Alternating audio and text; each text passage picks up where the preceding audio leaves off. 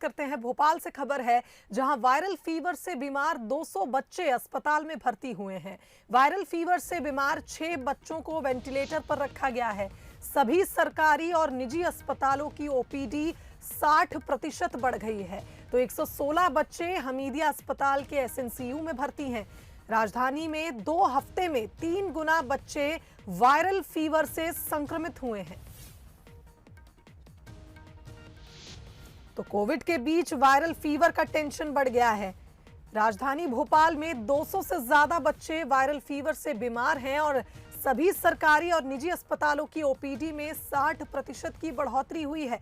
राजधानी में 2 हफ्ते में 3 गुना बच्चे वायरल फीवर से संक्रमित हुए हैं। तो 116 बच्चे हमीदिया अस्पताल के एसएनसीयू में भर्ती हैं जिनका इलाज जारी है और बच्चों में वायरल फीवर का खतरा बढ़ गया है और ये खतरा साफ नजर आ रहा है। आंकड़ों में हम देख सकते हैं 200 से ज्यादा बच्चे वायरल फीवर की चपेट में आ चुके हैं। तो कोविड के बीच वायरल फीवर का टेंशन बढ़ा है और इसके चलते 6 बच्चों को वेंटिलेटर पर भी रखा गया है जिनकी स्थिति गंभीर है।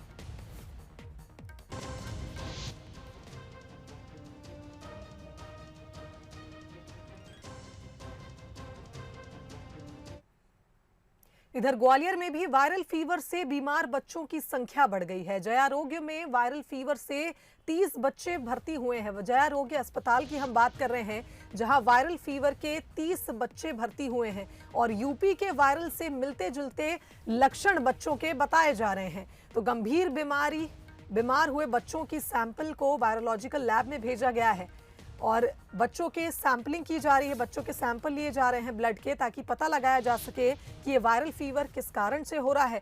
30 बच्चे जया आरोग्य अस्पताल में भर्ती कराए गए हैं।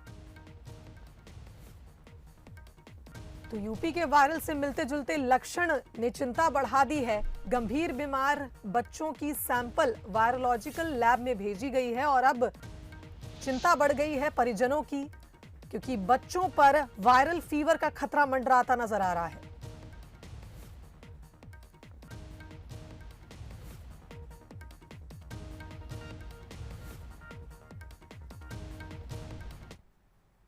तो इस खबर पर हमारे साथ भोपाल से संवाददाता वासु चौरे लाइव जुड़ गए हैं, वहीं ग्वालियर से प्रहलाद हमारे साथ लाइव जुड़ गए हैं।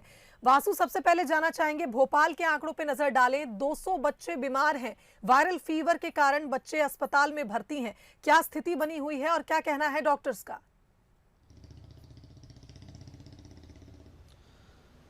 बिल्कुल शुभांगी, देखिए इस बात में कोई दो राय नहीं कि कोविड-19 संक्रमण के बीच वायरल फीवर के जिस तरीके से लगातार मामले बढ़ रहे हैं उसने कहीं ना कहीं स्वास्थ्य विभाग की चिंता बढ़ा दी है। और भी ज्यादा चिंता की बात यह है कि जो बच्चे हैं वो सबसे ज्यादा प्रभावित होते हुए नजर आ रहे हैं। हालांकि जो सामने आंकड़े आए हैं भोपाल में कि 200 के करीब जो बच्चे हैं वो वायरल फीवर की चपेट में आए हैं, लेकिन कहीं ना कहीं शुभांगी इससे भी ज्यादा बड़ा ये आंकड़ा हो सकता है, क्योंकि जो मोहल्ला क्लिनिक्स हैं, अन्य प्राइवेट अस्पताल है, वहां पर भी लगातार बड़ी संख्या में जो मरीज है, जो बच्चे हैं, जो जिनको सर्दी खांसी बुखार जैसे जो लक्षण है वो सामने आ रहे हैं, वो वहां पर पहुंच रहे हैं। और जून से लेकर सितंबर तक का जो पीरियड माना जाता है ये संक्रमण का पीरियड माना जाता है। तमाम सारी जो मौसमी बीमारियां हैं वो इस दौरान पनपती हैं। हम देख रहे हैं कि डेंगू का ग्राफ जो है लगातार बढ़ रहा है। बीते एक हफ्ते के अगर आंकड़े उठा लिए जाए तो कोविड-19 का जो संक्रमण है उसके और भी ज्यादा जो मामले हैं, जो केसेस हैं वो सामने आ रहे हैं। लिहाजा स्वास्थ्य विभाग ने जो अलर्ट है वो जारी कर दिया है। पूरे प्रदेश में पहले से ही कोविड-19 की जो संभावित तीसरी लहर है और जैसा कि बातें सामने आ रही थी